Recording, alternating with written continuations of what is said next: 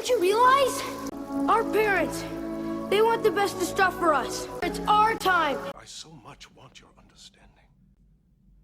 I want your respect. Oh, come on. It can't be that bad. I'll do it with you. Okay, potato chips, other salty snacks. Good advice. That doctor obviously knows what he's talking about. Butter, heavy cream, cheese. Gone? Makes a lot of sense. Alcoholic beverages. Okay, that doctor's a quack. I knew the food would be bad.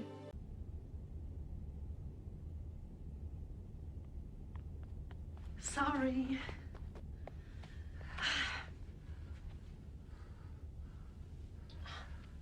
You're unusually limber this morning. I'll say. And then we practiced high kicks. Watch. You. Hey everybody, welcome back to the Melt Off Podcast. I'm UrzaMaster. And I'm Goonie Mama. And we are back after about a week off. I had my surgery last week. And let's start, like we always do, with some updates. I've got big ones, so you can go first. Okay, well, I weighed in at 243 this morning, so I have surpassed my 20-pound goal already. So that feels great. You know, I did have a little bit of a plateau while you were in the hospital. I even gained a little bit just from stress and trying to take care of all the kids, and you were gone, and, you know, just life worries, I guess. But I'm back at it, and, yep, saw the scale going down more, so that was good. And another thing I'm excited about is I'm getting my next box of oats overnight. So I have some new flavors in there that I'm going to get to try, and I'm really excited. That seems to be helping my protein intake, and I feel like that's kind of what's helping that number go down a little bit, is having that every morning. So, yeah, I'm excited. Awesome. All great stuff. I mean, you've been doing fantastic. You look great. Thank you. I've definitely been noticing the hard work is paying off. And I would agree the oats overnight seems to keep you, you know, kind of on track every morning, so that's good. You know, no more greasy eggs and bacon in the morning. Well, I mean, not as often yeah, anyway. Yeah. So like I said, I had my surgery last week, Monday. Today is Thursday, the following week, so actually almost 2 weeks now. As a reminder, when I started the liquid diet a few weeks ago, I was weighing in at about 324 at the doctor. Since that time through today, this morning, I weighed in at 290. So that's 34 pounds in, 3-ish, 4-ish weeks, which is a lot of weight to lose that quickly. You can probably see this shirt. I've worn on other podcasts. It's actually never fit this well. Not since the day I got it, or, well, you got it for me anyway. It says world's okayest husband for people who can't see it. Yeah. And I've already noticed clothes are quite a bit looser. My socks and underwear are even looser. They're not to the point where, like, they don't fit at all. They kind of fit now, like, I don't know, like just a little big. Like, I could go a size down on probably everything, and then it would be snug again. I'm a little too cheap to start replacing clothes right now, because I know more weight is going to come off. But I'm excited. I think it's been some tremendous success. It's been a lot of change, which we can all talk about tonight. I guess the first biggest thing was, you know, just the surgery day itself. You know, you took me to the hospital at like 5:30 in the morning, which Super was fun. really early. And they took me back, got me prepped. That was a pretty quick process. I mean, we didn't really have to wait very long. I think all of 20 minutes getting checked in and waiting for the nurse to come and get me. Yeah. They got me into the room in surgical pre-op. I got into my little gown. I think there was, I mean, half an hour in there maybe to get the IV started, and I had to take, one medication beforehand. Yeah. Obviously, my memory is not perfect. It was pretty quick, though. We didn't have to wait around, really. Yeah. per usual with the IV, I almost passed out. He looked at it. I told him not to watch, and he decided to watch. And then he got faint, and all the color left his face. And the nurse had to get him an ice pack and a wet washcloth. And Yeah, just listen to your wife next time. exactly. I mean, I don't know why I looked at it. I've never had I've had a problem with needles in the past, but I got over that, and they don't freak me out. I'm not like, a little kid anymore that hates getting shots or anything, but for whatever reason, I warned her. I'm like, the palpitation is usually what gets me, or that's what it was with my gallbladder surgery, the year prior. That got me then, and this time around she found vein really fast. I was like, okay, cool, we should be good to go. And then she started the needle in. And that, it pinched. It always does. It doesn't feel good. But it didn't really hurt that much. But all of a sudden I just felt like my stomach dropped through the floor. And I was like, uh-oh. I think I might have even said, uh-oh. Yeah, I think you did. And, I'm guessing it's because I was on a liquid diet. And, when you're not eating, your blood pressure can drop suddenly, because you're not taking in the salts and you're not sort of kind of even keel regulated. And, I took my metropolol, which is a blood pressure medication, the day before. I think I took it after they started the IV at the hospital, but, I hadn't taken it that morning, and it still just like bottomed out right there. And luckily I bounced back. Was it all 10-15 minutes? I think I was back in action. But it was kind of scary for a second. I really thought I was going to poop. Like, I don't know why, but when my blood pressure drops immediately, I feel like I have to poop. And I don't know if that's just to, like, cue my body to, like, stand up and move around. But that was really the scariest moment, I think. How was that pre-op for you before I got rolled out of the room? How were you feeling? Tired. Just tired. I don't know. I was fine. It's scary because it's a procedure, and you have to go under, and that's always nerve-wracking. But I don't know. I knew you were in good hands, and I knew you had done the right steps to get where you need to be for your surgery to be safe. So I wasn't too worried. Plus, you get to be on like this text thing, so they automatically texted me like, oh, his surgery's going great, or, no complications, or he's in recovery. So it was really nice. I was able to go back and bring the boys to daycare and hang out with Linnea and my mom. So I wasn't too nervous. I kept myself busy, and then I got to go visit you. Yeah. For me, as I was being rolled out of the room, it was like a really long walk to the OR. And you never know how many like corridors are in a hospital until you're getting wheeled around on a bed. And I even made the joke to the nurse. I'm like, wow, you could get lost in here twice. Going to the OR and then leaving the hospital later. Because it was a long walk. Like when we got to the OR, there were multiple operating rooms back there. Mm-hmm. And I swear we were in the very last one. Not that there weren't other rooms available, that just happened to be the one that was prepped or something. Right. And it's kind of intimidating. Like, most of the ORs I've been in have been to deliver a baby via C-section. So it's like, they're all basically the same. So it's kind of weird being in that room and not being like, I can't wait to hold my newborn. And being no baby the one this like, time. yeah, exactly. Kind of fortunately, unfortunately. It's just weird when you're the one on the table, because they wheel you back, then they lift up your bed, and then they're like, okay, kind of shimmy over to this other table. And I'm like, oh, okay. So I kind of like crab walk, I don't know, 8 inches, not very far, to get onto the table. And then there's no armrests. So like your arms at first, you kind of like hold to your side, and then they like fold these armrests over. And you're kind of making like a semi-Jesus Christ pose, and they tell you exactly what you're doing the whole time. Like they're like, okay, here's what we're doing. Here's how we're going to do this. They already explained this to you, but we're going to go over it again.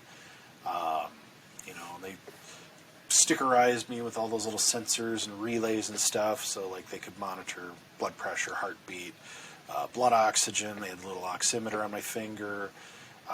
It was taped on, which I thought was kind of novel. I'm used to the little clamshell one, but when you're in surgery, it makes more sense to tape it. It doesn't get knocked off. And really, I didn't even talk to the surgeon in surgery. It was 2 nurses and the anesthesiologist, and one of the nurses was the nurse anesthetist. So really, one was just like stickerizing me and hooking stuff up. The other one was like explaining, okay, here's what we're going to push into your IV. This first one's going to relax you and kind of calm you down, and then they kind of get everything positioned and get you ready for oxygen. They put it in your nose, and then sorry, it's hard to remember because your memory gets a little fuzzy. But they give you this oxygen mask, like a CPAP mask, but it sits over your whole face. And they take long, slow, deep breaths. And I'm thinking I'm getting gassed, okay, and then in 5 seconds I'll pass out. Well, no, that's not the case. They do a push medication that knocks you out, and that was weird because they're like, okay, we're going to give you the medicine now to have you go to sleep, and then when you wake up you'll be in recovery. And the last thing I remember is okay, and I took a breath, and I probably got 2 more breaths in, and I was out, and do not remember anything basically until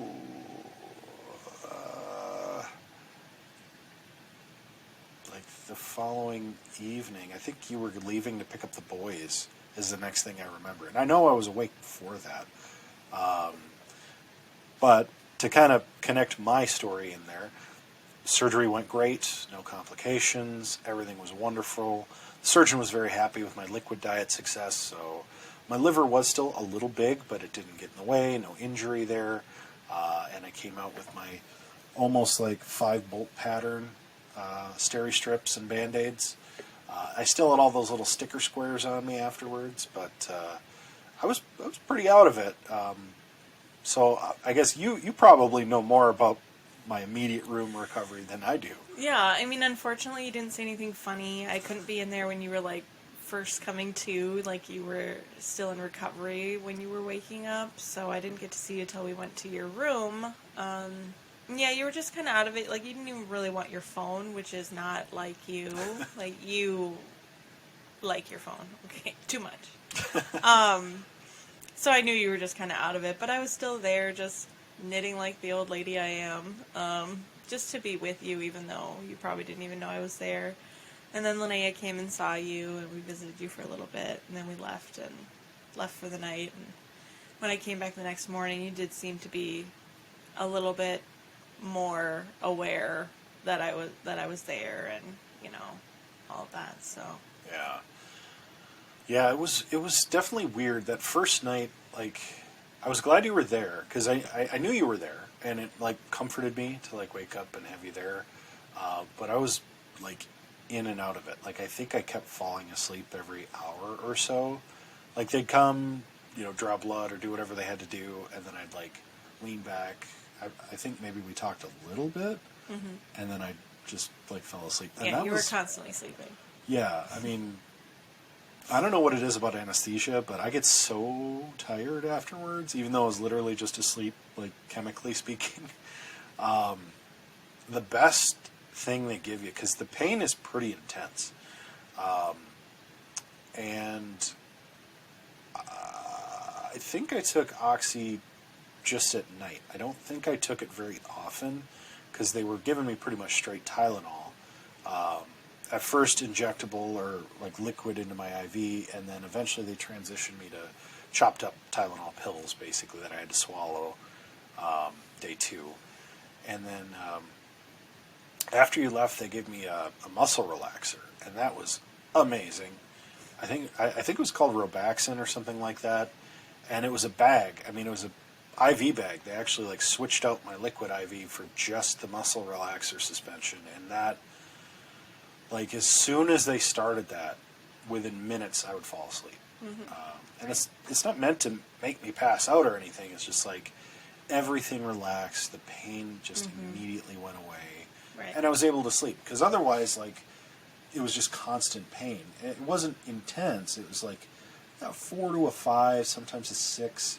If I moved like this too much, you know. Just there enough you couldn't relax. Exactly. So, you know, honestly, the first night, I mean, it was really just like trying to get up and walk when I could. I had to pee a couple of times, and I have never peed so much in my life. The first time I With all those peed, fluids they're pushing. it was 800 milliliters. They came in to like check the jug to make sure I was passing enough liquid, and they're like, "Whoa, like this is really full." I'm like, "Yeah, I only went once," and then the second one was 800 milliliters, and I think it was 800 like the first 3 or 4 times, and then it was like 600, 500 after that until I left the hospital. But I mean, the staff could not have been nicer, more accommodating. Like, I was probably a pretty low maintenance patient. I did not turn the TV on the whole time I was there. That was weird too. I didn't want to. Well, and then I finally tried like the second night. I was like, you know, watch whatever's on TV, I guess. And like the little bed remote wouldn't turn the TV on, so I'm like, yeah, fuck it. I just went to sleep. Like I'm like, yeah. I know there's a TV remote in there, and I easily could have asked any one of the nurses to like, hey, could you grab me the television remote, or got up and looked for it myself, but I didn't want to. It's just like, you know what? It's quiet. There's no kids here. There's no fan on. There's Right. no noisemaker. I can like sleep in dead silence. And I got some Awful. amazing sleep. Awful. And the nurses were super like great. Like they just, you know, if I was sleeping, you know, they did what they needed to do. They didn't have to bother me most of the time. They did have to prick my finger every hour or so to get a blood sugar, especially during the day. And I mean, great news. My blood sugar was steady the whole time. Yeah. No spikes, really no good. drop off, so no diabetes. I'm off metformin now, completely. I haven't taken it since I left the hospital. Sounds Or actually, since the surgery. Right. You know, I haven't taken anything for gout, and I've had no issues. That could come back, but I'm basically not taking it just to see how it goes. In all likelihood, probably won't need it again. I'm still on the metoprolol. That's probably mostly precautionary. The concern now is that I don't get too low with my blood pressure. And then, you know, just my anti-anxiety, which was completely separate from my weight and chronic conditions. So, but even that is significantly lessened. I noticed with the immediate release, like, I take it twice a day instead of once a day, and just, I don't know, I just, you know, if I don't take it right away in the morning, I don't feel like I'm edgy or anything, so that's been a huge change. So it may have had something to do with my weight too, I don't know. As far as painkillers go, when I got out of the hospital, I took Tylenol the first day. Really haven't taken anything since. I felt really good. I was up walking plenty. Basically had very little pain. I still have a little bit here and there. It's kind of hard to sleep. I haven't taken any of the Oxy they gave me. I mean, it's been really a good recovery, at least pain-wise and physically. Have you noticed any other changes in me, I guess? Not really. I mean, it's everything changed since you started this program, so I feel like it wasn't like a shock on the things that have changed, so That's good. yeah. Yeah, the biggest thing I've noticed is it's hard to bend over and pick stuff up, Right. which is normal. The whole anatomy of my tummy is rearranged, so. And then just like, you know, I'm not supposed to lift over 20 pounds. I've been lifting the boys. Yeah, but at the same time, it's probably not great. It's probably not great, but I haven't noticed any pain or any like sudden discomfort. And I don't want to like not be helpful. I'm trying to do as much as I feel is like logistically reasonable. And most of the time when I'm lifting the boys, I'm lifting with my arms anyway, not so much my core. Mm-hmm. I notice though when I do lift something that's maybe a little heavier than I'm supposed to lift, if I engage my core, I do feel it, and then I typically stop or find a different way to lift. But that's been once or twice. So that's good. The biggest challenge has been getting in my liquids. That has been, like, getting enough water in a day has been an absolute challenge. Finding something to sip on all day long it's hard. Yeah, he's a gulper, so I'm a gulper. Struggling with that. A little Yeah, and the other day I got you Dunkin', and I got a drink for myself, which is actually still sitting on my desk and gross now. Ew. And it looks like I sipped about an ounce of it. You should have gotten a small. I should have, hindsight. But it's like you kind of want to. One thing I'll say is after surgery, after I'm out of the hospital, I really wanted to just be normal, like get back to normal, like right away. I knew I couldn't, and I took it slow the first couple days, but like immediately I was craving regular food. I wanted regular drinks, like not carbonated sodas. I haven't craved those at all, which has been great. No alcohol or anything, but like I wanted to just have a coffee, have a glass of milk. I mean, I've only had decaf coffee since I've been out of the hospital, and that's been twice. And drinks I could tolerate. I did make the mistake while driving of using a straw, and that was like an immediate, oh God, like pressure and like, it really hurt. And I'm like, oh yeah, can't use a straw, you swallow too much air. But you forget. I mean, honestly, you're Live and learn. Yeah, you're so excited, I think. I know I was so excited to just be kind of done with the liquid diet. I didn't realize that I'm kind of supposed to still be sort of on it. Yeah, for 2 weeks, and he's not. Well, now here's the deal. When you leave the hospital, it depends on what provider you're going through. But I was able to leave on a blended diet. So that was like still pretty liquidy, but you could have some solids. Very, very, like tenderized and blended up. So if you had it on a spoon, it would basically drip off. Now, that doesn't mean that it would drip off like a liquid, but like it would very easily flow off of a spoon. So think like really finely diced chicken soup. But I was very eager to get back to some normalcy. I think I've learned some lessons because of that.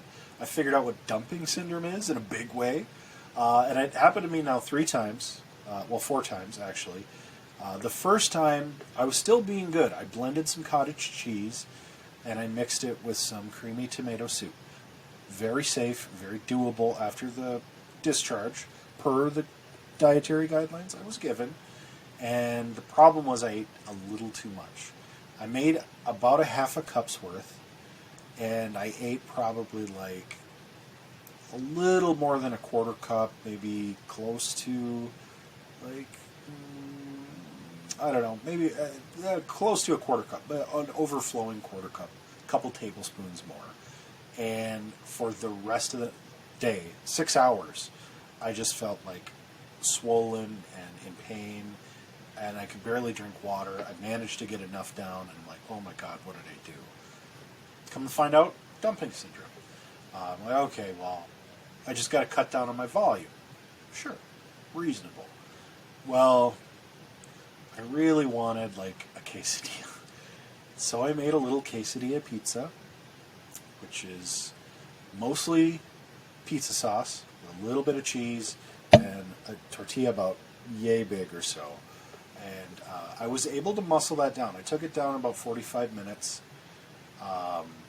So I ate it very slowly. I chewed it up to applesauce consistency. So if it would have been on a spoon from my mouth, it would have dripped right off. I tolerated that okay, but I was a little uncomfortable. I didn't trigger dumping, but what really has gotten me is, what was the second one that got me? I forget. Oh, the potato skin. Oh, yeah. So I got a baked potato and chili. We went out to lunch a couple days after my surgery. I stretched this into 4 meals. The chili wasn't bad. I could chew that up, and it was basically already kind of soupy. And the potato inside wasn't bad. I tolerated that pretty well. Ate a little too much, again, the first time. You got to get used to how much you can take. But it was volume, not like consistency. While the 4th time around, all that was left was like a little bit of the potato and the skin. And I love potato skin. It's where a lot of nutrition is, and it tastes great. And I ate the skin of the potato, chewed it up as much as you could. I mean, you could not have chewed this more times than I did. And the rest of the day, this is like 11:30 in the morning, lunchtime-ish, and the rest of the day I couldn't eat. Like I felt terrible. I have never felt so bad in my life. And it had to be the level of fiber and just the fact that it's solid. And I have to admit, I have not had very many bowel movements in surgery. That's something that nobody probably likes to talk about, but after that, the next morning... Except if you're Linnea. Yeah, well, she loves talking about poop because she's 5. And I like talking about poop too, who am I to say?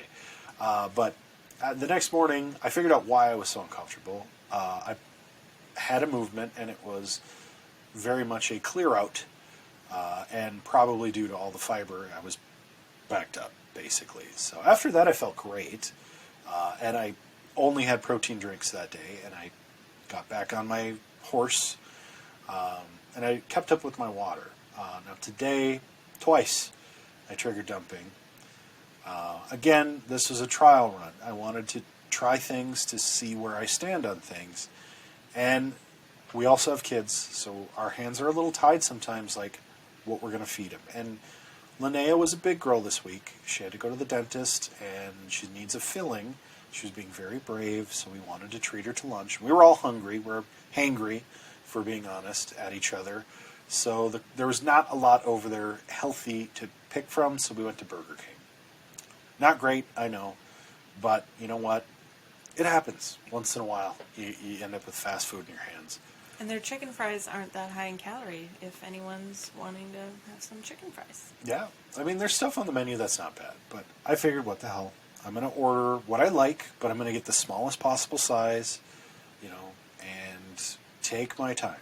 Really chew and drown it in ketchup and mustard.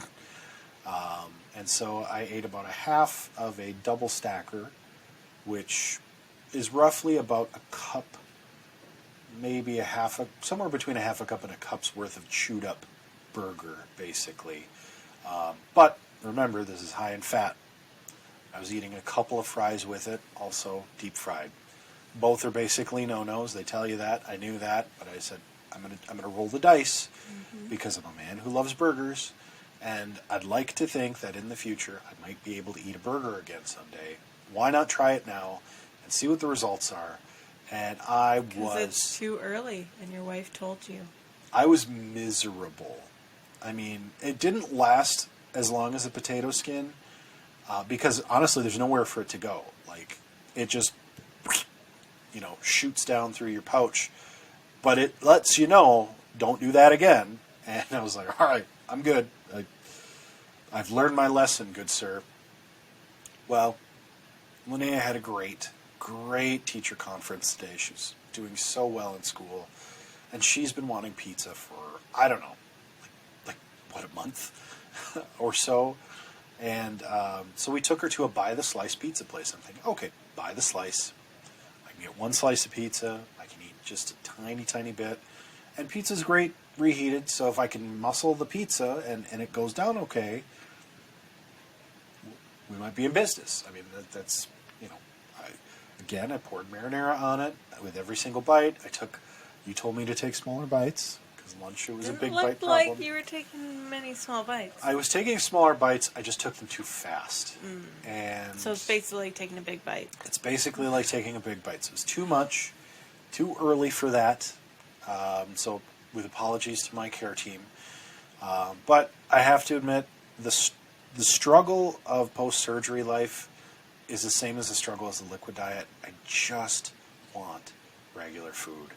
And I admit my weakness. I just want to eat. I want to enjoy dinner with my family again. It's really hard to just eat yogurt and protein shakes. I like the protein shakes. They taste okay. I like yogurt, but it's like when that's all you have and you get one yogurt lasted me a whole day, like a little yogurt cup the other day. And between that and the protein shakes, that's all I had. And I felt incomplete. Like, I don't know. It's weird. It's a mental game, and all the like stuff is still linking with my brain. So my brain has to recognize what's going on, and I'm going to push boundaries. Like, whether I want to or it's an active process or not, like, these things are going to get found out one way or the other. So I'd rather it be an active process where I can be like, okay, that was wrong. That's not going to work. I'm going to have to find a way to adapt this to live with it in the future. Or perhaps this is where I say goodbye to, I'm happy. No, it's just too soon. Well, You just need to wait. And that's probably a big part of it. And I'm hoping my nutritionist, when we meet on Monday, can help guide me a little bit. And honestly, I think I have to be real. I mean, the cravings are there. I need to have a little guidance on what can I start pushing boundaries on, or like experimenting with. What should be my next steps? Because they say, you know, as you're recovering, when you start to introduce your foods back, you got to kind of pick and choose. What are you going to address first? You know, and I've kind of wanted to tackle the foods that are important to me. Now, I know there's some foods that, like, are going to take a bit, like rice and noodles. You know, those things. First of all, you want to focus on protein first. So I've been trying to eat high-protein foods to the extent possible, mixing protein powder into stuff. Actually, I've been doing oatmeal in the morning, and that goes down real nice. Because it slides off your spoon? Because, well, a little bit. It's a little bit more coagulated. But I add a little extra water, so there's a lot of moisture content. And then I've been adding about a tablespoon of Fit Butters, which shout out to Fit Butters, the Buckeye family, friends of mine, awesome, awesome people, wonderful product. For bariatric folks, it's a little higher in fat content than you maybe want, but it's all healthy fats, you know, the omega-3s and the good stuff you get from fish, basically, but it's typically vegan or vegetarian friendly. I've been doing the Monster cookie because it tastes like a Monster cookie, and mixed with oatmeal, it's like eating a liquid Monster cookie, and it's wonderful. It's giving me some happiness in the morning. You know, when mornings have been honestly my biggest struggle because I just want to eat something else, you know, anything else. I could probably make some eggs. We have a lot in the fridge, so I might do scrambled eggs tomorrow and make them, you know, nice and fluffy and wet so that they go down easy. But I will say that mentally, I didn't really struggle until post-surgery, when I just wanted to get back on the horse. The first thing I craved was some like sourdough bread, like cut from the loaf fresh, toasted, just one slice with some like creamy peanut butter and jelly. Let's not make people hungry. I'm not intentionally trying to make people hungry, but that's a weird craving, right? Like, you'd think I'd want pizza or lasagna or, you know, something I haven't had that I really love, like sushi. No, it's just simple stuff that, like, brings me comfort. I've been eating peanut butter and jelly since I was, like, 2. So, like, you know, 32 years, I just want it, you know, and that's, it's tough. I mean, I think, you know, your mental health is part of your overall physical health, too. And as much as other stuff throughout this long process has been a struggle, this is the biggest struggle I've had so far. So I really wanted to talk about it. I know it's been at length, and I apologize. But, you know, it's real. So don't be afraid of it. If you're going through bariatric, talk to your care team. I should have probably reached out to mine, but I'm stubborn, and I promise going forward I won't be, or I'll be less of it as much as I can. I'm working on it. We're all works in progress. With that, I think it's a great segue into our successes and challenges of the week. I think my challenge has been expounded upon.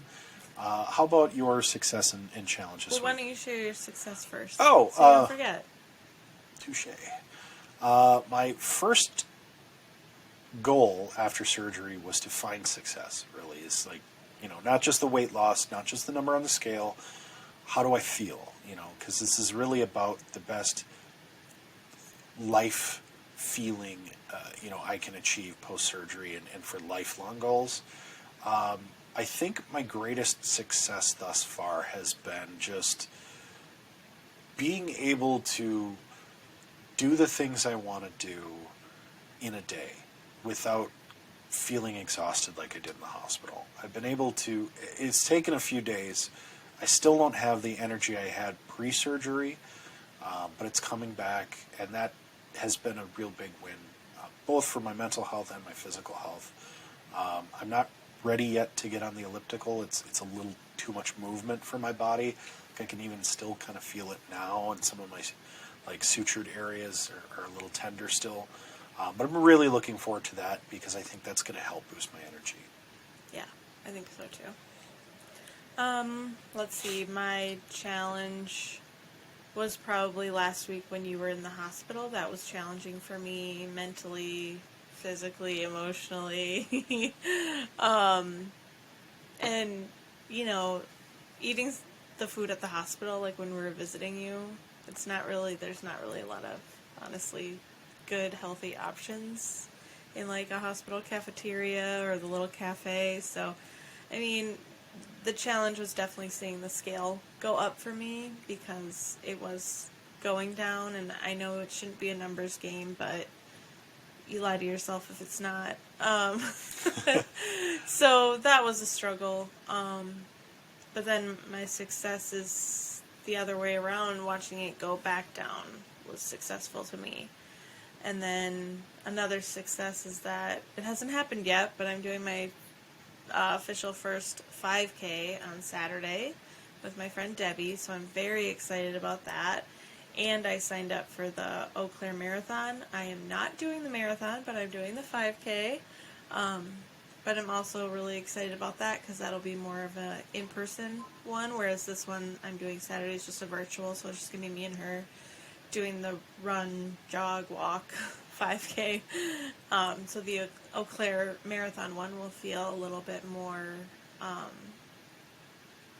don't want to say legit, but, a little bit more involved, and there's going to be more runners and walkers and feel more official.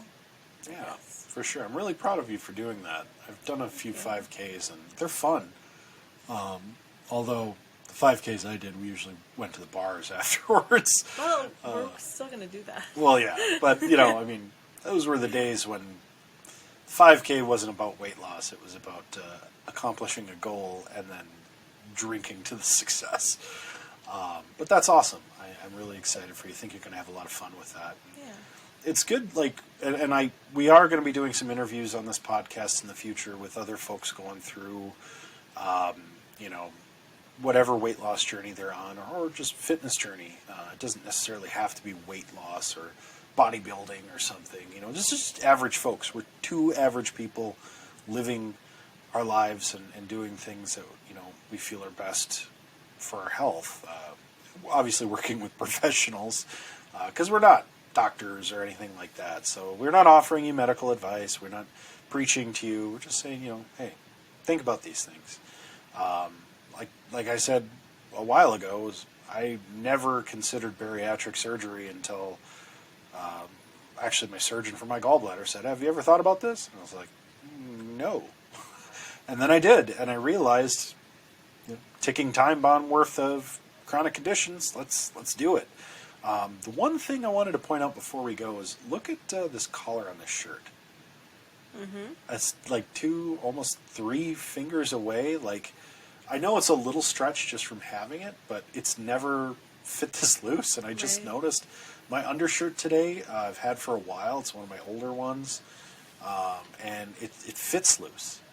This one is like a smaller one of my undershirts. It's never fit loose. I've always had to stuff it into my pants and cinch my belt. I'm already ready to drill a hole in my belt because it's too loose. It doesn't really do its job. And I can see it in your face too. Yeah, I mean, I'm thinking about shaving clean to just see how the double chin's doing. No. I know everybody loves the beard. To be honest, beards are itchy. Anyway, we're getting off topic. But he looks like he's 12. I do have a baby face. But maybe now, as the weight goes, maybe my high cheekbones will show. I do have high cheekbones. I could be a model. Yeah. All right, fine. The joke didn't hit as hard as I thought it would. But anyway, we appreciate all of you for listening, subscribing. If you're not a subscriber already and you're new to the Melt Off podcast, please hit that subscribe button here on YouTube. We're available on all platforms too, so if you're listening to us on Spotify, Anchor, Stitcher, wherever, hit the follow, subscribe button, whatever it is on whatever platform you're using, because we're going to keep going. It doesn't end post-op here. This is a lifetime change, lifestyle change for both of us, and we want to keep presenting you our story, so maybe you'll find some inspiration. If not today, hopefully someday. As always, take care of yourself. Make sure to talk to your doctor. If you haven't in a while, make a point to visit your doctor. And, don't be afraid to ask the icky, sticky questions, because that's how you find out the real deal answers.